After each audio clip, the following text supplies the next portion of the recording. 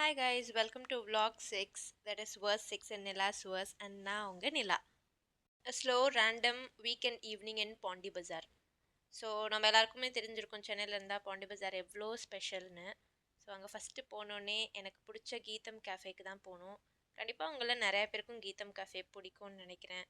அங்கே இருக்கிற வைப் எல்லாமே செமையாக இருக்கும். அங்கே போயிட்டு ஒரு காஃபி போண்டா சாப்பிட்டு தென் அப்படியே சுற்றி பார்க்க போகணும். சரி சும்மா நான் வந்து என் ஃப்ரெண்ட்ஸ் கூட ஆக்சுவலி அவுட்டிங் போயிருந்தேன். போயிட்டு அங்கே இருக்க காம்ப்ளெக்ஸில் இருக்க ஷாப்லாம் போயிட்டு சில விஷயம்லாம் வாங்க வேண்டியிருந்தது, அதுக்கு தான் பார்த்துட்ருந்தோம்.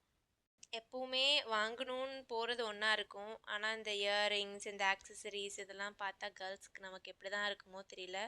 அதை பார்க்காம வாங்காமல் அதை விட்டு க்ராஸ் பண்ணி போகவே முடியாது. அப்படி தான் அன்றைக்கும் ஆச்சு. ஜாலியாக ஒவ்வொரு கடையாக ஆக்சசரிஸ் எல்லாமே பார்த்துட்டே போயிட்டுருந்தோம். அப்புறம் என்னோடய ஃப்ரெண்டோட சிஸ்டரோட பேபிக்கு வந்து டாய்ஸ் வாங்கலாம் அப்படின்னு பார்த்துட்டு இருந்தோம். அப்படியே நான் ரொம்ப நாளாக செஸ் போர்டு வாங்கணும்னு நினச்சிட்டு இருந்தேன். அங்கே வந்து அது இருந்தது. ஸோ மேக்னெட்டிக் வாங்கலாமா இல்லை நார்மல் வாங்கலாமான்னு யோசிச்சுட்டு இருக்கும்போது அந்த அண்ணா எக்ஸ்பிளைன் பண்ணிட்டு இருந்தாங்க. ஸோ பெட்டர் ஆப்ஷன் மேக்னெட்டிக்காக இருந்தது. அதனால மேக்னெட்டிக்கே சூஸ் பண்ணிட்டேன். தென் க்யூட் டாய்ஸ்லாம் பார்த்துட்டு இருந்தோம். கார், அதுக்கப்புறம் பில்டிங் பிளாக்ஸ், பசில் இதெல்லாம். ஸோ அவளுக்கு தேவையானதெல்லாம் கொஞ்சம் வாங்கிட்டு அதுக்கு பக்கத்துலேயே ஒரு சூப்பரான இயரிங் கலெக்ஷன் இருந்தது. மற்ற இடத்த விட இங்கே கொஞ்சம் டிஃப்ரெண்ட்டாகவே இருந்தது. எனக்கு அந்த கலர்ஸும் பிடிச்சிருந்தது. யூஷுவலாக இந்த பிளாக் அதெல்லாம் இல்லாமல் ரோஸ் கோல்டில் நிறைய ஆப்ஷன்ஸ் இருந்தாங்க. டிஃப்ரெண்ட் ஸ்டோன் கலர்ஸ் இருந்தது. ஸோ அதில் கொஞ்சம் வாங்கினோம். அவங்க நல்லா நெகோஷியேட்டும் பண்ணி கொடுத்தாங்க.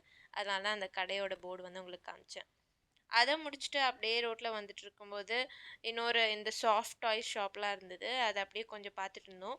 டிசைன்லாம் நல்லா இருந்தது. ஆனால் குவாலிட்டி அந்தளவுக்கு சூப்பராக இருந்த மாதிரி இல்லை. அதனால வாங்கலை. அண்ட் எத்தனை பேர் இதை நோட்டீஸ் பண்ணியிருப்பீங்கன்னு தெரில. பிஃபோர் அண்ட் ஆஃப்டர் இந்த transformation of Pondy Bazaar. After transformation அவ்வளோ அழகாக இருக்குது. நீங்கள் அங்கே எதுவுமே வாங்கலைனாலும் சும்மா போயிட்டு அந்த லைட்ஸ்லாம் பார்த்துட்டு அந்த வைபே வந்து அவ்வளோ ரொம்ப காமிங்காக இருந்தது. அப்புறம் ஆஸ் யூஷுவல் போயிட்டு ட்ரெஸ் கலெக்ஷன்ஸ்லாம் கொஞ்சம் பார்த்துட்ருந்தோம். ஈஸி பையில் கொஞ்சம் பார்த்தோம். அதுக்கப்புறம் இன்னும் 2-3 கடை கூட போனோம். இது வந்து காமிச்சிட்ருக்கிறது ஈஸி பை. அங்கே நிறையாவே குட் ஆஃபர்ஸ் போயிட்டுருந்தது நாங்கள் போன டைமில். ஸோ அதை தான் வந்து பார்த்துட்ருந்தோம். க்ராப் டாப்ஸ் இந்த மாதிரி எல்லாமே நல்லா இருந்தது. அதை முடிச்சுட்டு நாங்கள் இறங்கி கீழே வரும்போது கீழே வந்து ஆர்கெஸ்ட்ரா மாதிரி போயிட்டு இருந்தது. அதெல்லாம் வந்து ஒரு ஃபெஸ்டிவல் வைப்ஸ் வந்து கொடுத்தது.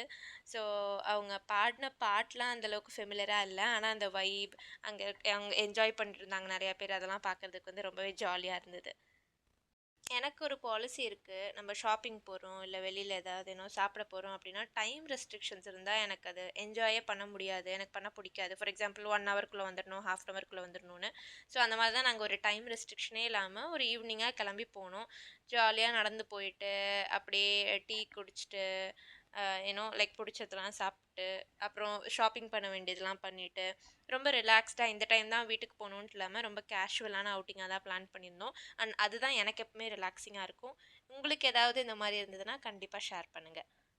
ரொம்ப ஆச்சரியமாக கிளைமேட்டும் சென்னையில் ரொம்ப நல்லா இருந்தது. ஸோ வெளியில் நடக்கிறதுக்கும் சரி, அப்படியே சுற்றி பார்க்குறதுக்கும் சரி, ரொம்ப கம்ஃபர்டபுளான கிளைமேட்டாக இருந்தது.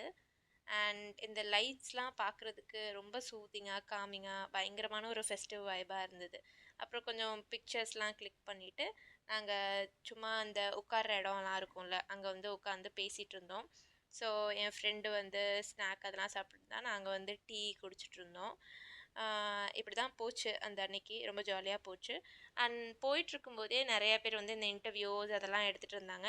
அப்போ ஒருத்தங்க கேட்டாங்க. அவங்க எதை பற்றி கேட்டாங்கன்னா, உங்களோட 2025 எப்படி போச்சு அண்ட் 2026ஓட பிளான்ஸ் என்ன, அந்த மாதிரி சும்மா கேட்டுட்டு இருந்தாங்க. தென் ஆப்வியஸ்லி எல்லாருமே வந்து இப்போ எங்கே போனாலும் எலெக்ஷன் பற்றி கேட்டுட்டு இருந்தாங்க.